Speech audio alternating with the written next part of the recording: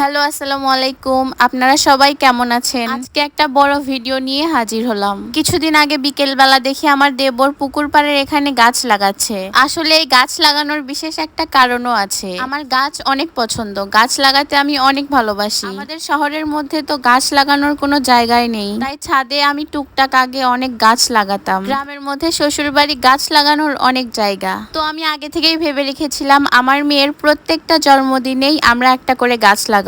তাই এই গাছ লাগানোর বিশেষ কারণটাই হচ্ছে আমার মেয়ের জন্মদিন। তার আজকে 2 বছর পূর্ণ হলো। আমার মেয়ের প্রথম জন্মদিনেও গাছ লাগিয়েছিলাম। আজকে আরো একটা বিশেষ দিন। আমরা আমাদের বিবাহিত জীবনের 6 বছর পার করলাম। আমাদের বিয়ের ঠিক 4 বছর পর আমাদের মেয়েটাও পৃথিবীতে আসে। আমাদের মেয়েটার দ্বিতীয় জন্মদিন এবং আমাদের 6ষ্ঠতম বিবাহ বার্ষিকী উপলক্ষে ছোট্ট একটা আয়োজন করা হয়েছিল কিছু আত্মীয় স্বজনদের নিয়ে। তো সকাল সকাল ঘুম থেকে উঠে গিয়েছি, আজকে অনেক কাজ করতে হবে, সেই জন্য একদম সাধারণভাবে তাড়াতাড়ি করে খিচুড়ি রান্না করে নিলাম। আমি এইদিকে খিচুড়ি রান্না করতে করতেই দেখি বাজার করে নিয়ে চলে আসছে। আমি এইদিকে মুরগির মাংসগুলো কেটে নিচ্ছি আর আমার ননদ ভিডিও করে দিচ্ছিল।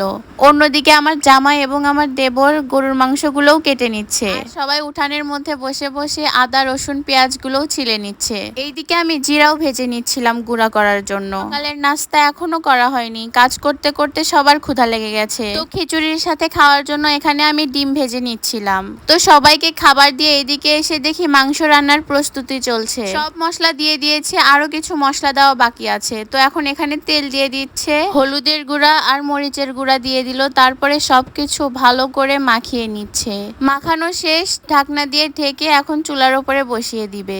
মুরগির মাংসও রান্না করতে হবে। আমি কিছু পেঁয়াজ ভেজে নিয়েছি, তার মধ্যে কিছু মশলাও দিয়ে আরো কিছুক্ষণ ভেজে নিচ্ছি। তারপর পেঁয়াজের মধ্যে আমি এখানে সব ধরনের গুঁড়া মশলাও দিয়েছি, মানে মাংস রান্না করার জন্য যা যা লাগে। মুরগির মাংসগুলো আমি কেটে ধুয়ে রেখেছিলাম, সেগুলোও দিয়ে দিলাম। দিয়ে এখন ভালো করে কষিয়ে নিব। মুরগির মাংস রান্না করা শেষ করে আমার ননদের রুমে গিয়ে দেখি সবাই বেলুন দিয়ে সাজাচ্ছে। বেলুন দিয়ে খেলতে কিন্তু আমার ভালোই লাগে। আমার দেবর আর জামাই বলতেছে আসলো বাচ্চা মানুষ, বেলুন দিয়ে খেলতেছে। আমি বললাম আরে বড় হয়ে গেছি তো কি হয়েছে, ভেতরে কিন্তু এখনো বাচ্চামিটা রয়েই গেছে। আরো কিছুক্ষণ পরে এসে দেখি সাজানো হয়ে গেছে। এটা হচ্ছে সন্ধ্যাবেলা, মোমবাতি জ্বালানোর সাথে সাথে আমার মেয়েটা ফু দিয়ে নিভিয়ে দিয়েছে। সবাই এখানে কেক কাটতেছিল, আমি এইদিকে ভিডিও করতেছিলাম। আমার মনটা অনেক খারাপ, কারণ আমার মেয়ে আজকে অনেক কান্না করছে, অনেক জেদ করছে। জন্মদিনের জন্য ওকে 2টা জামা কিনে দিছি, ওর নাকি একটাও ভালো লাগে না, বলে ভালো না। ওর যে কোনো জিনিস বা যে কোনো জামা যদি পছন্দ না হয় সেটা ওকে কখনোই পরাতে পারি না। আজকে সারাদিন সবাই মিলে এত চেষ্টা করার পরে ওকে ওর জন্মদিনের জামা পরাতেই পারলাম না। দুপুরে আত্মীয় স্বজন সবাই খাওয়া দাওয়ার পর আমাদের অ্যানিভার্সারির কেকটা কাটা হয়েছিল।